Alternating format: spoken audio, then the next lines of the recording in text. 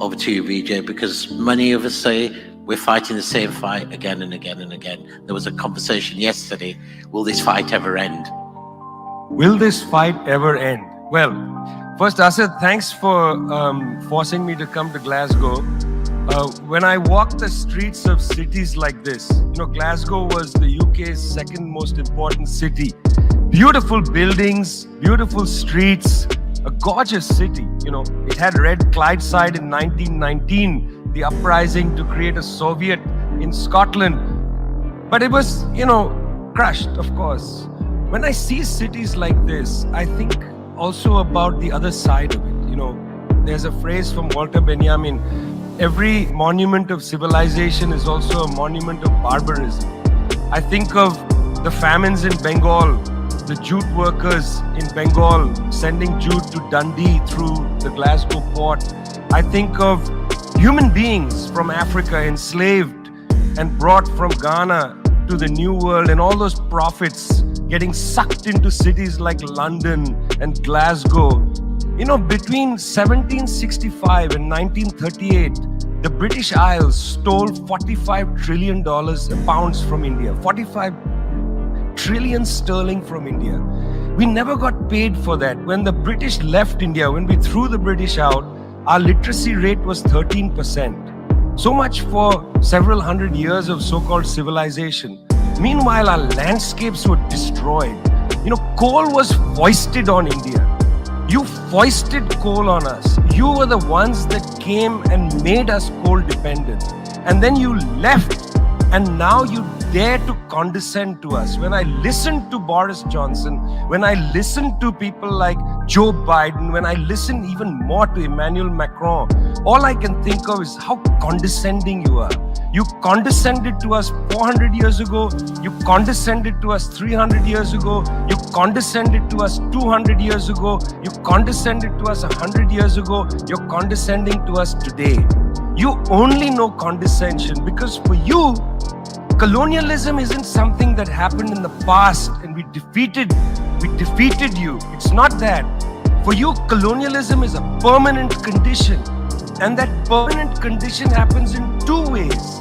There's the permanent condition of the colonial mentality. You want to lecture us. You want to tell us that we are responsible for all the problems because you'll never accept that you're the one principally to blame. You signed the Rio Formula in 1992 on common and differentiated responsibilities. You like the common part.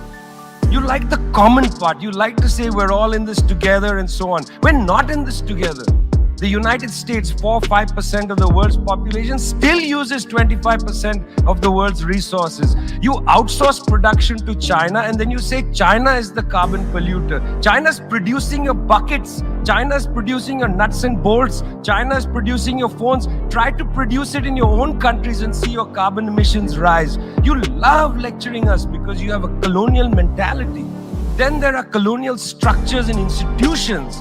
You lend us money, and every time you lend us money, which is our money, every time the International Monetary Fund comes to our societies and they tell us, here's the money we are giving you. No, it's our money. You give us our money back as debt, and then you lecture us about how we should live.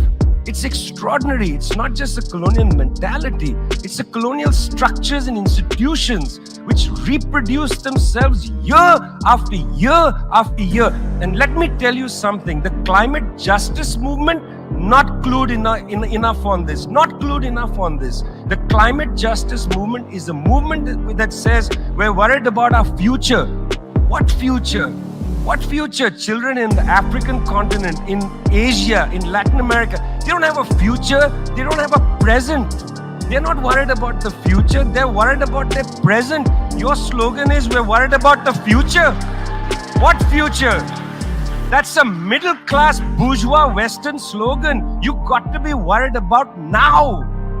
2.7 billion people can't eat now. And you're telling people, reduce your consumption. How does this sound to a child who hasn't eaten in days? You've got to clue into this, guys. You've got to clue into this. Otherwise, this movement will have no legs in the third world. No legs.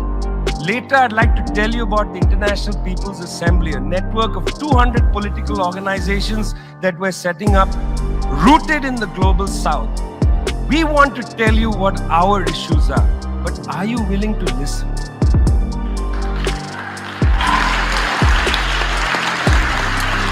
Thank you, Vijay.